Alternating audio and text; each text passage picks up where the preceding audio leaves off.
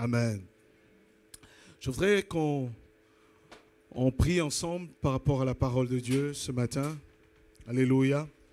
Et demander à Dieu de nous parler. Gloire à Dieu.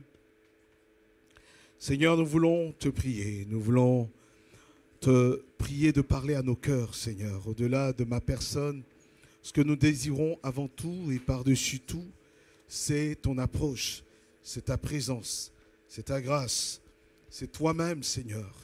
Tu es l'objet de notre recherche et de notre aspiration la plus absolue.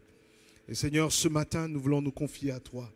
Nous voulons confier ce temps entre tes mains. Et nous te prions, Seigneur, de te glorifier ce matin au milieu de nous, de parler à nos cœurs, Seigneur, de te révéler à nous, Seigneur. C'est la révélation de ta parole qui est claire. La Bible dit qu'elle donne de l'intelligence aux simples. Nous avons besoin de la révélation de ta parole. Viens parler à nos cœurs. Viens te révéler à nos cœurs. Seigneur, dis-nous un mot. Dis-nous une phrase. Dis-nous quelque chose avec lequel nous partirons. Et Seigneur, qui demeurera avec nous, Seigneur. Car ta parole est vivante. Ta parole est Dieu. Ta parole est toute puissante. Dans le nom de Jésus, j'ai prié. Amen. Amen. Voilà, je voudrais, avant de partager les Écritures avec vous, quand la Bible dit que la parole de Dieu est vivante, c'est vrai. Amen. La parole de Dieu est vivante. La parole est vivante. La Bible dit tout a été fait par elle. Et rien de ce qui a été fait n'a été fait sans elle. Amen. La parole est vivante. Et chaque matin, amen, la parole vient vers nous. Elle doit venir vers nous. Alléluia. Au-delà d'ouvrir sa Bible, nous devons laisser la parole venir vers nous. Ouvrir sa Bible est une étape. Mais nous devons laisser la parole de Dieu venir, parler à nos cœurs. Je ne sais pas comment l'expliquer, mais c'est quelque chose d'extraordinaire. Vous voyez, chaque matin, quand je me lève dès le matin, l'Esprit de Dieu me donne une parole. Avant même que j'ai ouvert la Bible, il me donne un passage. Et j'ouvre la Bible pour lire ce passage, et il commence à m'expliquer ce passage. Et je dis, mais Seigneur, pendant longtemps, je suis allé vers ta parole. Mais maintenant, c'est ta parole qui, chaque jour, vient vers moi. Chaque jour, pour chaque instant, chaque événement. Parfois, je suis là, je suis arrêté, j'entends la parole de Dieu me parler et m'instruire. Dieu est dans sa parole. Et la parole est vivante. Nous devons l'aimer au point où elle prend vie en nous. Nous devons la rechercher. La parole de Dieu n'est pas une étape parmi tant d'autres. Lire la Bible n'est pas un acte de piété superflu, mais c'est quelque chose d'extrêmement important. Vous devez aimer la parole, chérir la parole. La parole est vivante. Et lorsque tu vas continuer à chercher la parole de Dieu à un moment donné, tu vas te rendre compte que les lettres prennent vie. Chaque mot prend vie. De sorte que chaque mot vient comme te saisir, te toucher. Je ne sais pas comment vous expliquer, mais c'est une dimension de la parole dans laquelle il faut qu'on arrive. On arrive tous parce que la parole est vivante. Dieu est vivant. Vous savez, ce qui fait la différence entre nous et les religieux, c'est que Dieu lui-même est venu vers nous. Le religieux cherche à aller vers Dieu, mais nous, Dieu est venu vers nous. Et il en est ainsi également de la parole qui est venue vers nous. La Bible dit, elle est venue parmi les siens. Amen. La Bible parle de la parole qui se déplace pour venir vers les hommes. Alléluia. Et la parole veut venir vers toi. La parole veut venir vers toi. Jésus veut venir vers toi à travers sa parole, jour après jour. La Bible dit, en elle était la vie, et la vie était la lumière des hommes. Quand la parole vient vers toi, pour chaque événement de ma vie, pour chaque circonstance, parfois en montant dans le bus, en regardant une personne, en voyant quelqu'un, la parole vient dans mon esprit. Et je dis souvent à ma femme, tu sais ce que j'ai médité ce matin? Elle me dit, mais tu as prié, mais tu n'as pas ouvert la Bible. Je dis, parce que la parole est venue vers moi. Et je retrace toute la méditation de ce matin. La parole enseigne, elle instruit. Le jour où nos papiers sont détruits, le jour où ce papier est détruit, comment tu fais? Comment tu fais? Le jour où tu n'as plus ça. Le jour où tu verras, parce qu'il y aura des circonstances difficiles. Nous avançons vers la fin des temps. Vous allez voir, le papier sera détruit, mais c'est le dépôt qui est dans ton cœur. C'est ce qui est en toi. Amen. Ce qui a pris vie en toi qui va t'aider à continuer. Voilà, c'est juste une parenthèse pour vous donner de comprendre l'importance de la parole et la puissance et l'onction qui est dans la parole. La parole, elle a été faite chair. Vous savez, parfois, même la prière, elle est efficace lorsqu'elle est imprégnée de la parole. Parce que la Bible dit que dans Ésaïe 55, ce n'est pas la prédication, mais vraiment, laissez-moi partager avec vous ça et ensuite nous allons partager une parole ensemble. Mais je voudrais vous dire très sincèrement, dans Ésaïe 55, le Seigneur dit, venez, achetez vous qui avez soif. Achetez sans argent. Venez vers moi sans argent. Et qu'est-ce que vous achetez? Il dit, ainsi en est-il de ma parole. Je vous donnerai de l'eau. Je vous donnerai ma parole. Elle ne retourne pas à moi sans avoir fait son effet. Il dit, la parole, c'est comme la pluie qui descend du ciel et qui ne retourne pas sans avoir fécondé la terre. Ainsi en est-il de ma parole. Lorsque la parole de Dieu est levée vers Dieu, Dieu, c'est comme si, en fait, tu lèves vers le Seigneur, tu appelles l'intégrité de Dieu. Tu testes l'intégrité de Dieu. Quand la parole se lève, Dieu se dit, tu dis, Dieu, il est écrit dans ta parole. Ainsi il est écrit dans ta parole. Et Dieu se lève. Il dit, tu en appelles à mon intégrité. Je répondrai. Dieu répond à sa parole. Amen. Aime la parole de Dieu. Je voudrais vraiment t'encourager. Chéris dans ton cœur la parole. La prière est efficace avec la parole. Quand je commence à prier, un verset oriente toute ma prière. 2 versets orientent toute ma prière. C'est venu de la parole. Un verset, je ne sais, la Bible dit, nous ne savons pas toujours ce qu'il faut demander. Mais l'Esprit intercède, pas des soupirs inexprimables, mais l'Esprit également nous révèle, nous oriente dans nos prières, dans ce que nous devons demander à Dieu. Et le Saint-Esprit te donne une parole. Jésus a dit, quand le Saint-Esprit viendra, il prendra de mes paroles, de ce qui est à moi, il vous donnera. Il vous rappellera toutes mes paroles. Il vous instruira dans ma parole. L'Esprit de Dieu en nous, c'est vraiment, il est venu nous conduire dans la parole, dans la révélation de la parole. C'est pourquoi nous devons aimer profondément la parole. Alléluia. Gloire à Dieu. Est-ce que tu aimes la parole? Est-ce que tu aimes la parole? Alléluia. Et je voudrais partager avec vous une parole ce matin. Comment créer le cadre favorable pour vivre la providence divine? Amen. Comment créer le cadre favorable pour vivre pleinement la providence de Dieu? La Bible dit Dieu pourvoit. Dieu pourvoit. Lorsqu'Abraham prit son fils et qu'il a été testé, lorsque son fils lui dit, « Père, je vois le feu, je vois le bois, mais où est le sacrifice ?» Abraham déclare que Dieu se pourvoira. Et la Bible dit qu'en ce jour-là, il va ériger un monument qu'il appellera l'Éternel qui pourvoit. Je voudrais te dire que Dieu pourvoit. Et Jésus a pris du temps pour enseigner ses disciples en leur disant, demandez tout ce que vous voudrez. Tout ce que vous demanderez au Père en mon nom, il le donnera. Jésus a voulu rassurer ses disciples en disant que le Père entend les prières et qu'il apporte la provision en son temps. Jésus a pris tout ce temps. Quand vous lisez toutes les Écritures, Jésus enseigne sur le royaume et l'une des dispensations rattachées au royaume, des dispositions plutôt du royaume, c'est la providence divine. Jésus a dit, tout ce que vous demanderez en mon nom, le Père vous l'accordera. Jésus a enseigné sur le fait de nous donner cette assurance que Dieu entend nos prières et nos requêtes sont entendues par Dieu. Mais tant de fois, nous nous mettons parfois dans des circonstances qui ne nous permettent pas de bénéficier pleinement de cette provision divine. Et ce matin, nous allons voir ces quelques éléments favorables à la provision de Dieu. Je nous invite à prendre nos Bibles dans Marc chapitre 6, versets 34 à 44. Marc chapitre 6. Quelques éléments favorables à la providence divine. Ce que je vais vous dire, c'est quelques éléments. Je ne sais pas tout. C'est ce que j'ai reçu. Amen. Quelques éléments. Alléluia. Comme l'heure était déjà avancée, Marc chapitre 6, verset 35 à 44. Comme l'heure était déjà avancée, ses disciples s'approchèrent de lui et lui dirent, le lieu est désert et l'heure est déjà avancée.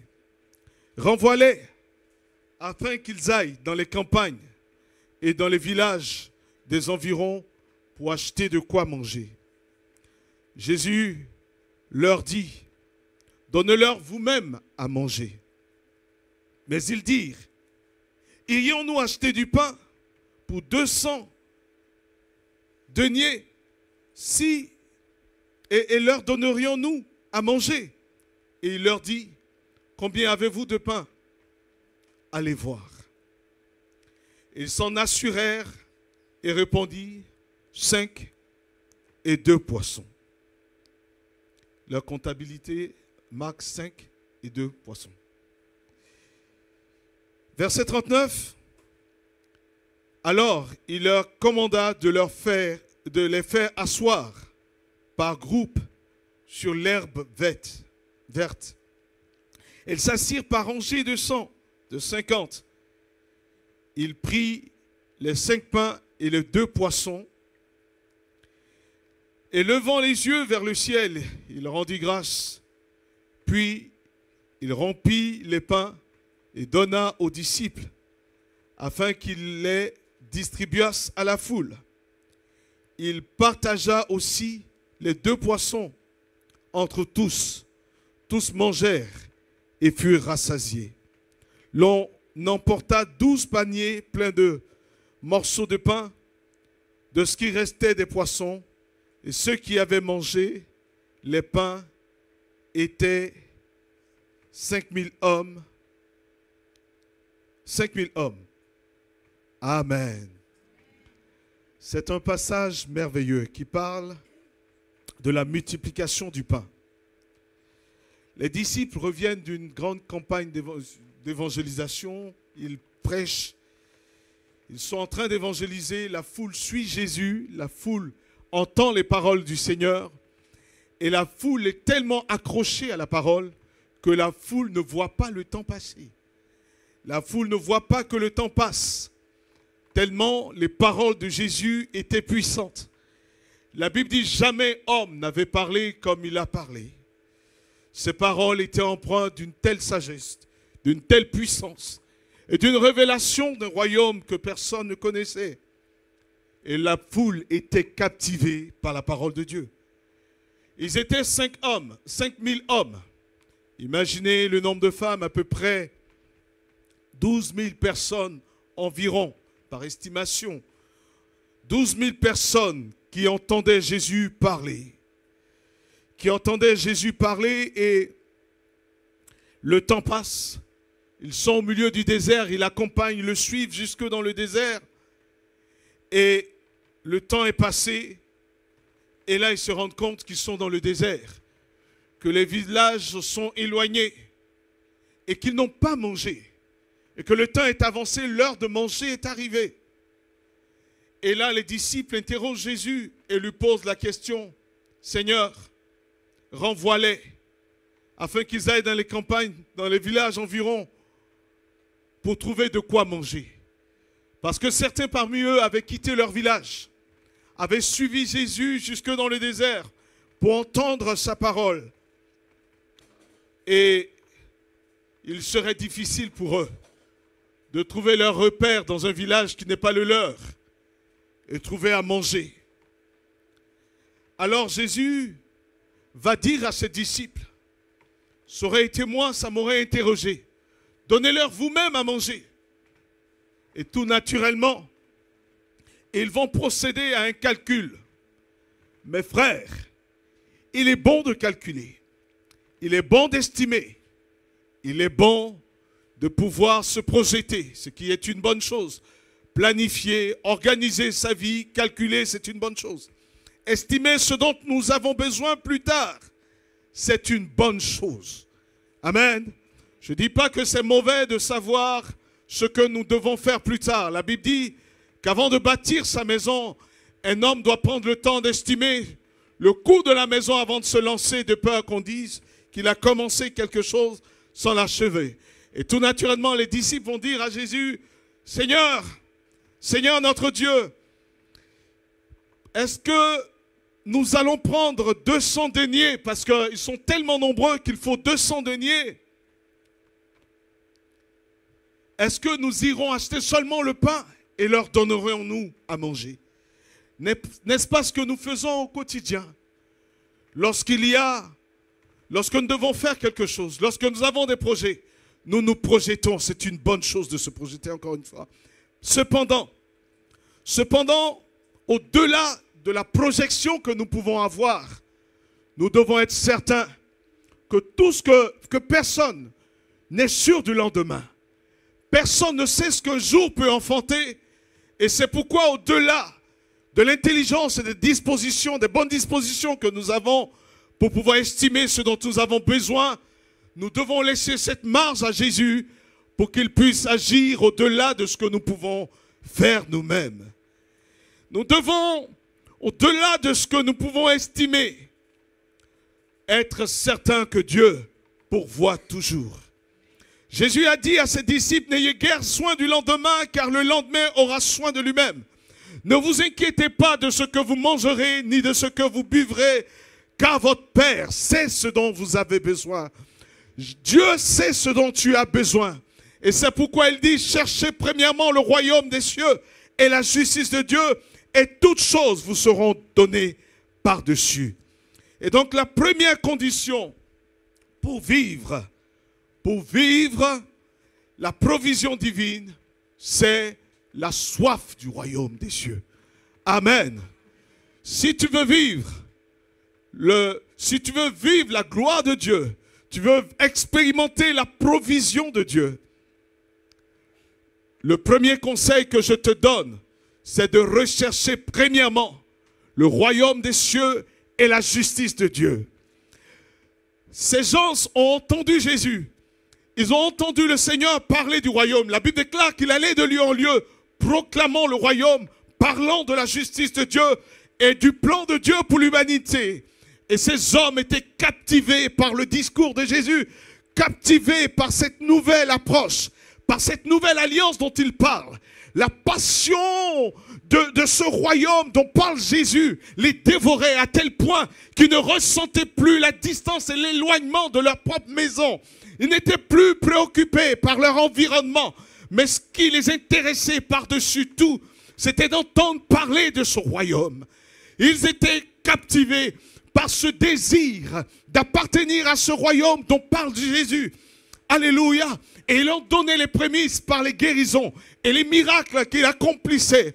Il guérissait les malades, chassait les démons, délivrait ceux qui étaient sous l'empire des démons et des puissances des ténèbres. Et Jésus parlait comme jamais aucun homme n'avait parlé. Dans son discours, il pouvait le dire dans Marc chapitre 11, verset 28. « Venez à moi, vous qui êtes fatigués et chargés, je vous donnerai du repos. » Et il pouvait dire, mon Père travaille encore et moi, je travaille pour vous encore. Je voudrais te dire, la première disposition pour bénéficier de la providence divine. La providence divine, c'est quoi? C'est les faveurs de Dieu. C'est ce que Dieu te donne sans que tu ne mérites. C'est ce que Dieu te donne sans que tu ne cherches. C'est ce que Dieu te donne au-delà de tes propres calculs et au-delà de tes propres moyens. C'est le complément surnaturel de Dieu dans toutes les situations que tu vis. Le complément surnaturel de Dieu. Et si tu veux vivre ce complément surnaturel de Dieu, regarde au Seigneur. Une fois, j'avais une épreuve. Et quand je suis parti à l'épreuve, j'avais cette épreuve, je l'avais préparée, passé des nuits blanches. Et finalement, je suis tombé malade. J'ai été grippé terriblement. Et vous savez, dans les salles d'examen, les chaises sont éloignées, les tables sont éloignées. Et puis j'arrive, je commence à écrire. Et vraiment, je suis enrhumé, je ne vais pas bien, j'ai la fièvre. Mais cette parole sonne dans mon esprit. La puissance de Dieu s'accomplit dans la faiblesse. Et j'ai dit, mais Seigneur, je suis fatigué, je suis épuisé. J'avais une forte douleur dans le dos. Et j'ai dit, Jésus, tu es au contrôle de toutes choses. Et j'écrivais. Et dans la consigne, à l'examen, il a été dit, prenez vos affaires. Personne ne doit se tourner vers quelqu'un pour demander ses affaires. Bon, certains savent de quoi je parle. Tu n'as pas le droit de se tourner vers quelqu'un. Et je commence à écrire et mon stylo, au fur et à mesure, je sens que mon stylo perd de la puissance. Et à un tiers de l'écriture du moment, mon stylo n'écrit plus. Marie-Laure, il faut crier aïe, aïe, aïe, aïe, aïe. Mon stylo n'écrit plus. Je prends le second stylo. J'ai dit, ah, le second stylo n'écrit plus. Dis avec moi, aïe, aïe, aïe, aïe, aïe, aïe. Je voulais m'affoler. Mais je me dis dans ce cas, dans cette situation, que je m'affole, que je ne m'affole pas. Ça va changer quoi? Et j'étais arrivé à un tiers de ma copie. Et je n'avais plus de stylo. Je suis un enfant de Dieu. Je ne vais pas désobéir aux consignes. J'ai dit, Seigneur, fais que ce stylo redémarre. Ça ne redémarre pas. Jésus, fais que ce stylo redémarre. Je commençais à parler en langue. Redémarre, redémarre, redémarre. Le stylo ne redémarre pas. J'ai compris que mon épreuve s'achevait là. J'ai pris ma copie, j'ai plié.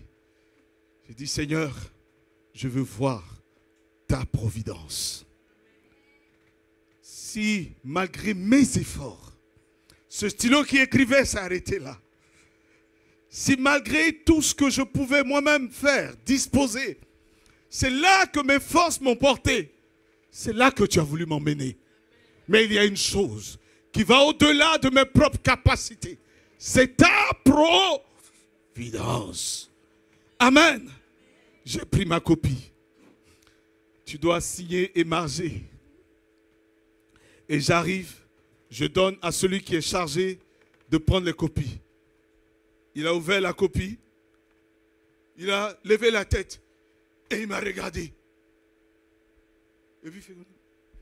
Et moi-même, ça me fait peur. Je suis complètement effrayé, son regard m'effraie. Parce qu'il s'est dit, mais ce gars, il est foutu. Mais une voix intérieure me disait, la providence divine. Et quand, un mois et demi après, le professeur envoie un mail et dit, j'écris, vous qui êtes sur cette liste, c'est vous qui avez validé le bloc de compétences. Félicitations, et mon nom était dedans. Je ne dis pas qu'il faut prendre le stylo le plus pourri du monde pour aller faire ton examen. Pour aller faire ton examen, bon, je prends le stylo le plus pourri qui va me lâcher et tout ça. Ça ne va pas marcher. Amen. J'ai travaillé, mais j'étais limité. Tout ça pour te dire que quand nous sommes limités, la provision de Dieu agit. Mais pour ça, il faut tout faire, animé par une seule volonté, le royaume des cieux. Amen. Le deuxième critère, le deuxième élément favorable, la deuxième condition favorable pour vivre la provision de Dieu, la première condition, on a dit que c'était le royaume, rechercher le royaume. Amen. Et la deuxième condition, c'est vraiment la passion de Jésus. La passion de la personne de Jésus. Ils n'ont pas suivi un homme. Ils ont suivi celui qu'ils reconnaissaient comme le véritable Dieu. Suivre Jésus nous emmène à sortir de nos zones de confort. Suivre Jésus ne nous emmènera pas forcément dans des endroits où coule le lait et le miel, mais parfois dans le désert. Et cela demande de la résilience, de la persévérance, de la capacité à tenir ferme en dépit des distances qui nous sépare de nos zones de confort. Dieu t'emmènera parfois à expérimenter des choses, à le suivre, là où cela semble bizarre, là où cela semble difficile. Et je crois, frère, que la soif de Dieu, la passion de Jésus, quelles que soient les dispositions, quelles que soient les épreuves que tu vis, quelles que soient les circonstances que tu vis, si tu es passionné de Dieu, amen, tu es un candidat idéal pour vivre la providence divine. Si tu aimes Jésus de tout ton cœur, ta vie sera extraordinaire. Ta vie sera extraordinaire. Je parlais avant-hier avec une jeune et je lui racontais l'histoire d'un ami, Rodrigue. Une histoire que j'ai vue moi-même. Personne ne m'a raconté l'histoire de ce jeune homme. Quand nous venions de donner nos vies au Seigneur, nous étions tous passionnés du Seigneur. Nous passions des nuits, nous le sommes encore, mais nous étions vraiment au début de cette passion. Nous passions des nuits à prier, nous passions des temps de jeûne, des temps dans la présence de Dieu, cherchant la face de Dieu. Et nous aimions servir Dieu. Et vous savez, on était un groupe de jeunes dans une église naissante et nous faisions la délivrance, nous étions membres du groupe de délivrance et nous avions des temps de passion, beaucoup de temps à prier pour les gens. Et nous étions étudiants à Bouaké, c'est une ville, la seconde ville de la Côte d'Ivoire. Et nous étions étudiants à cette époque. Et puis, quand l'heure des examens est arrivée, Rodrigue était dans la même promotion que moi. L'heure des examens est arrivée, Rodrigue avait un mal qui venait souvent. Il avait un ulcère d'estomac qui était violent. Et quand ça le prenait, parfois il restait couché pendant des jours. En dépit de cela, Rodrigue était tout le temps en train de prier à l'église, en train de chercher la face de Dieu. Et puis, à l'approche de l'examen, Rodrigue, mal au ventre. Une crise terrible. Et Rodrigue est couché à la maison. Mais Rodrigue se dit, il dit, ce n'est pas cette maladie qui va me démontrer que Dieu ne m'aime pas. Dieu m'aime. Dieu est au contrôle de ma vie. Dieu est au contrôle de ma destinée. Et Rodrigue va dire au Seigneur, va faire une alliance avec Dieu. Il dit, Seigneur, je suis tellement malade. Tu as permis que je sois malade. À toi toute la gloire. Je bénis ton nom.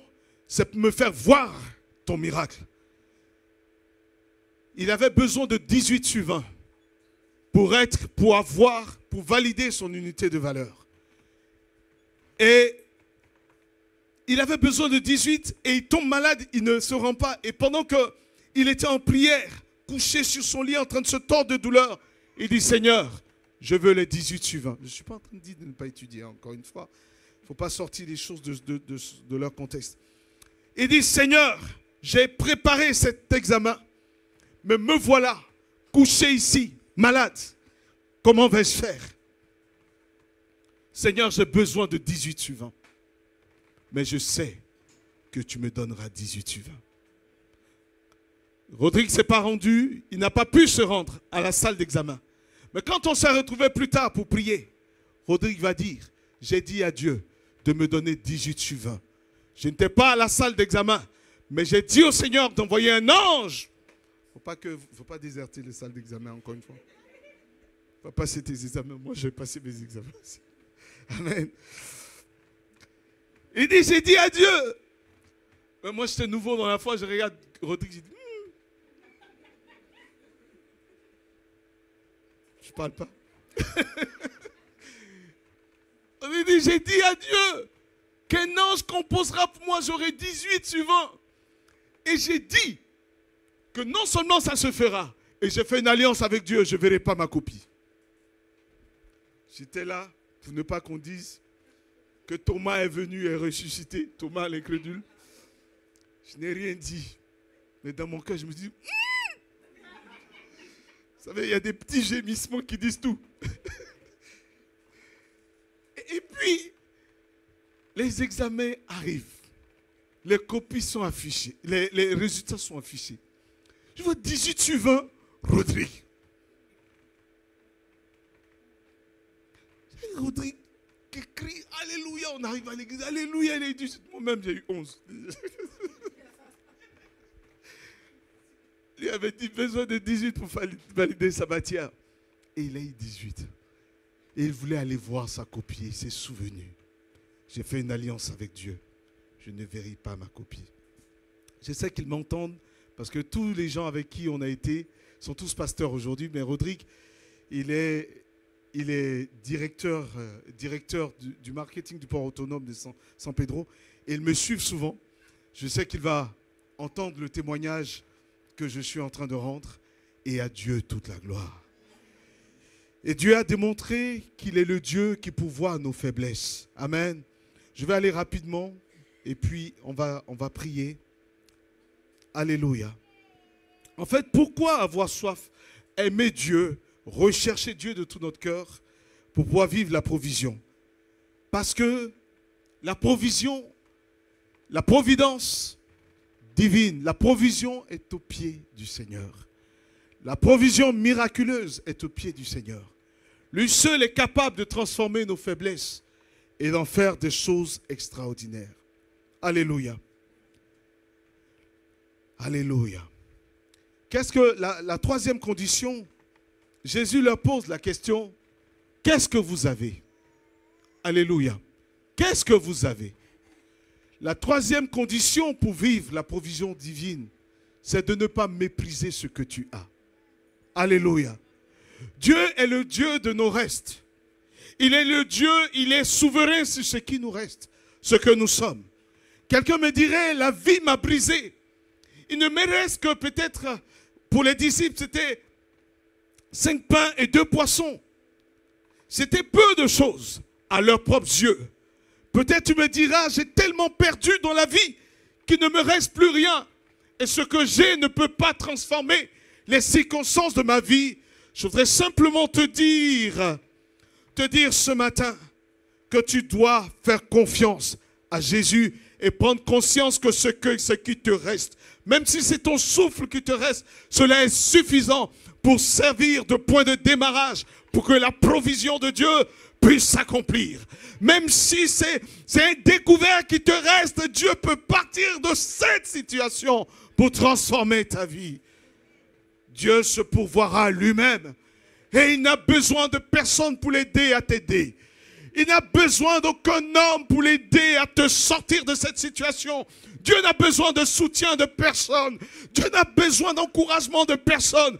Il est Dieu et il est Dieu sur tout ce qui existe et sur tout ce qui se meut sur la terre. Dieu est Dieu. Amen. Le miracle exige que tu prennes conscience. Ne méprise pas ta vie. Ne méprise pas ce que tu es. Oh, j'entends certains dire que je méprise ma vie. Pourquoi suis-je né maintenant dans cette circonstance? Pourquoi suis-je né dans cette famille? Je voudrais t'encourager. Cette famille a été pourvue par Dieu.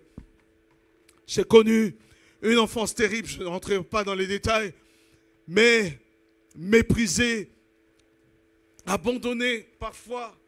Je ne connaissais pas l'amour. Rejeté par mon père que je ne connaissais pas. Mon père m'a rejeté quand j'étais enfant. Il m'a rejeté quand j'étais ado. Ma vie était brisée. Je ne connaissais pas l'amour. Véritable, ma mère a fait tout ce qu'elle voulait. Tout ce qu'elle pouvait aussi. Parce que c'est une mère superbe. Ma mère, elle est extraordinaire. Mais il y avait dans mon cœur comme un vide. Comme un vide. Des coups qui avaient été bâtis par tous les coups que j'avais reçus dans mon enfance. Toutes les douleurs, toutes les faims. Tout le rejet que j'avais vécu de mon enfance, le rejet de mon père également. Et j'avais grandi avec une colère contre mon père. J'avais grandi avec une colère terrible qui était tellement vive qu'elle m'avait poussé à avoir l'ulcère d'estomac, des brûlures d'estomac tout le temps à l'hôpital. J'étais tellement souffrant et c'est en cela, c'est à cette période que Jésus s'est révélé à moi et qu'il est venu, il a touché mon cœur. Alors que ma vie n'avait plus de sens, je m'enfermais sur moi-même. Je voulais voir personne. Je voulais parler à personne. Et à un moment donné, ça n'allait tellement pas que ma mère a pensé pouvoir me faire du bien. Elle dit, bon, si ce qui te manque, c'est voir ton père, on ira voir ton père. Et quand tu entends ton père, et que malgré des rendez-vous manqués, elle appelait plusieurs fois, vraiment, et me voyant péricliter, perdre mes forces, me voyant en train de mourir intérieurement. Ma mère a forcé auprès de cet homme qui est mon père. Et quand j'ai pu le rencontrer, enfin, il m'a dit, j'ai pas besoin de toi. Vraiment, cette phrase m'a encore brisé le cœur. Cette phrase a encore déchiré mon cœur, a semé une telle colère. Je n'avais plus de repères. Je me disais, mon père seul pouvait me rendre heureux. Et lorsque j'ai connu Jésus, il m'a comblé. Il m'a comblé. Alléluia. Il m'a comblé, mais il m'a guéri aussi. Il a guéri mon cœur. Il m'a guéri. Il m'a dit, donne-moi ton cœur. Donne-moi ce que tu as. Donne-moi la vie que tu as. Peut-être que tu as une vie qui n'était pas rose. Tu as eu une vie difficile, brisée, mais tu es un candidat, une candidate favorable pour une vie surnaturelle, pour la provision de Dieu. Peu importe ton passé, je voudrais te dire ce matin, Jésus est fidèle. Alléluia. Alléluia. Et je me tiens parmi vous aujourd'hui. Je prie pour mon Père. J'aime profondément mon Père. Et lui-même, s'il m'entend, il le sait, je l'aime profondément. Et parfois, mes enfants me posent la question, mais papa, tout ce que ton père t'a fait subir, comment tu fais pour ne pas avoir mal? J'ai dit, j'ai été comblé par un autre Père, par le Père Céleste, qui a comblé mon cœur. Et hier, nous étions à un programme, et un jeune homme a rendu son témoignage. Ma femme et moi, nous avons été touchés. Lui avait été violé à l'âge de 12 ans par son propre père. Les pères sur la terre peuvent être défaillants. Heureux ceux qui ont de bons pères. Mais des pères peuvent être défaillants, peuvent briser la vie d'un jeune homme. Mais ce jeune homme a été relevé par Jésus. Et ce matin, je voudrais te dire une chose. Ce que tu as, le souffle que tu as, le peu que tu as, est une ressource favorable pour que tu vives la provision divine. Alléluia. Les disciples avaient 2 pains, ils avaient 5 pains, 2 poissons. C'était peu à leurs yeux. Mais la provision commence par ce que tu as. Et je voudrais également aller rapidement. Ils vont présenter à Jésus ce qu'ils ont. Et ensuite Jésus va leur donner une consigne. Ils vont suivre exactement. Amen. Le 4e. Oui, c'est 4e. Le 4e élément pour pouvoir vivre la providence divine, c'est d'être prêt à suivre ce que le Seigneur te dira de faire. Amen. D'être prêt à suivre. Il t'enverra faire des choses que tu ne comprends pas. Donnez-leur vous-même à manger. Ils vont commencer à distribuer. Jésus leur tend le pain et ils vont le distribuer. Comment tu distribues un panier de pain à 5000 personnes? J'ai 5 poissons. Distribués. 5 pains, 2 poissons. Ouais, je me perds un peu, c'est pas grave. Mais imagine, il prend, il dit tiens, t'es né là. Allez distribuer. Tu arrives. C'est un acte de foi, n'est-ce pas, Patrice? C'est un acte de foi. Un acte de foi. Je vais vers la foule. Je n'ai pas de prévision, mais je vais vers la foule. Aie confiance en Jésus. Amen. Quand il te dira sème, là où ça semble ne pas convenir, vas-y, vas-y, alléluia, vas-y. Gloire soit rendue à Dieu, vas-y. Vous savez, lorsque je suis rentré à l'école de statistique, quand il a fallu choisir les options, il y avait une option finance. Il y avait une option aussi, il y avait plusieurs options. L'option qui était la plus méprisée, c'était l'option sociale. Et cette année-là, ils avaient dit que peut-être cette option allait disparaître. Et quand je suis rentré, je commençais à prier. D'autres choisissaient l'option finance, ils faisaient leur stage à la Bourse des valeurs, dans les salles de marché. Et moi, l'Esprit de Dieu me dit, choisis social. Quelqu'un a envie de rigoler, c'est pas grave. Sois libre de rigoler. L'option sociale, j'ai dit, Seigneur, option sociale. Et finalement, je choisis l'option sociale. On était 2. Quelqu'un qui venait d'un autre pays. Mais on était 2. On dit, non, il faut au moins 3. Et là, j'ai dit à Dieu, il faut au moins 3 personnes pour que l'option soit maintenue. Et on a choisi une troisième personne. Et mes camarades de classe me disaient, mais tu rentres dans une école de statistiques pour aller faire le social. En fait, tu as la possibilité d'être riche. Tu t'en vas faire le social. Qu'est-ce qui te passe par la tête? Et vous savez, quand Dieu t'oriente, il t'oriente parfois vers les... C'est la rentrée, c'est pourquoi je parle d'école. Hein? C'est pourquoi je prends ces exemples. Amen. Quand Dieu t'oriente, il t'oriente vers des lieux où ça paraît fou.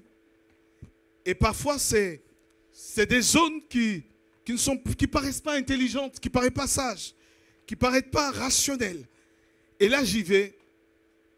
Et quelques temps plus tard, quand on finit les cours, il y a un problème. Tout le monde a des problèmes pour trouver du travail. Et on recherchait quelqu'un qui était diplômé en statistiques sociales et qui était diplômé en ressources humaines. Et un jour, j'entends, alors que je venais à peine d'achever ma formation, j'entends, on m'appelle, « Allô, monsieur, nous nous excusons. » Je dis, mais qui s'excuse le matin comme ça? Qui m'appelle et il s'excuse? Non, nous avons reçu, nous avons téléchargé votre candidature depuis longtemps. On prévoyait vous appeler. On cherche quelqu'un qui est diplômé en statistiques et qui a fait les ressources humaines pour un poste. Vous êtes le seul qui correspond. Mais choisissez des candidats. Et puis, venez, sachant que c'est vous qu'on va choisir. Vous imaginez? On dit, organise toi-même le recrutement. J'ai moi-même organisé le recrutement. Choisi les candidats. Quand j'ai été pris, je les ai consolés. Mais vraiment, c'est extraordinaire. Chérie, tu confirmes? Parce que tu as vu, à cette époque, je te regardais et tu me regardais. On n'était pas mariés, mais on se voyait de loin. Alléluia. Amen. Et c'est comme ça que ça s'est passé. Et je dis aux étudiants, cherche la face de Dieu. Écoute Dieu. Tu cherches une formation, tu cherches quelque chose à faire. Ne sois pas dans un calcul. Calculer, c'est bien. Mais laisse Dieu t'orienter. Ce n'est ni par la force, ni par l'intelligence.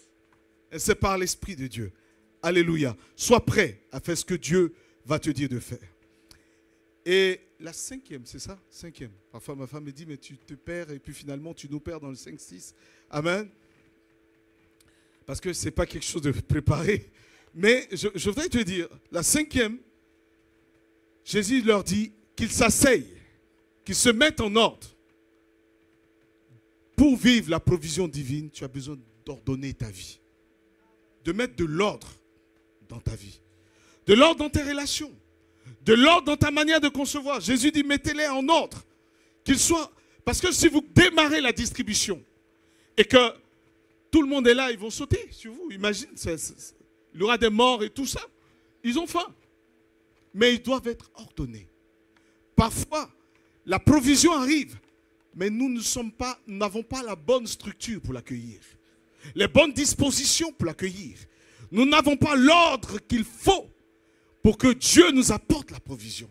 Mets de l'ordre dans tes relations. Mets de l'ordre dans tes amitiés. Mets de l'ordre dans tes finances. Arrête de céder à la première DNG que tu vois. Arrête de céder au premier lancel que tu vois à côté de toi. Non, c'était juste... Et puis vous savez, parfois, quand tu dis, est-ce que tu avais besoin d'acheter ça? C'était soldé. C'était pas cher. C'était une opportunité. Si ça passait, il y en aura toujours. Mets de l'ordre dans tes finances. Alléluia.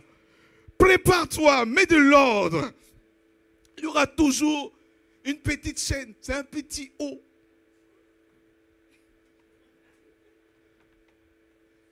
Il y aura toujours une petite opportunité. Tu as besoin de restructurer ta mentalité. On ne met pas du vin nouveau dans de vieilles outres.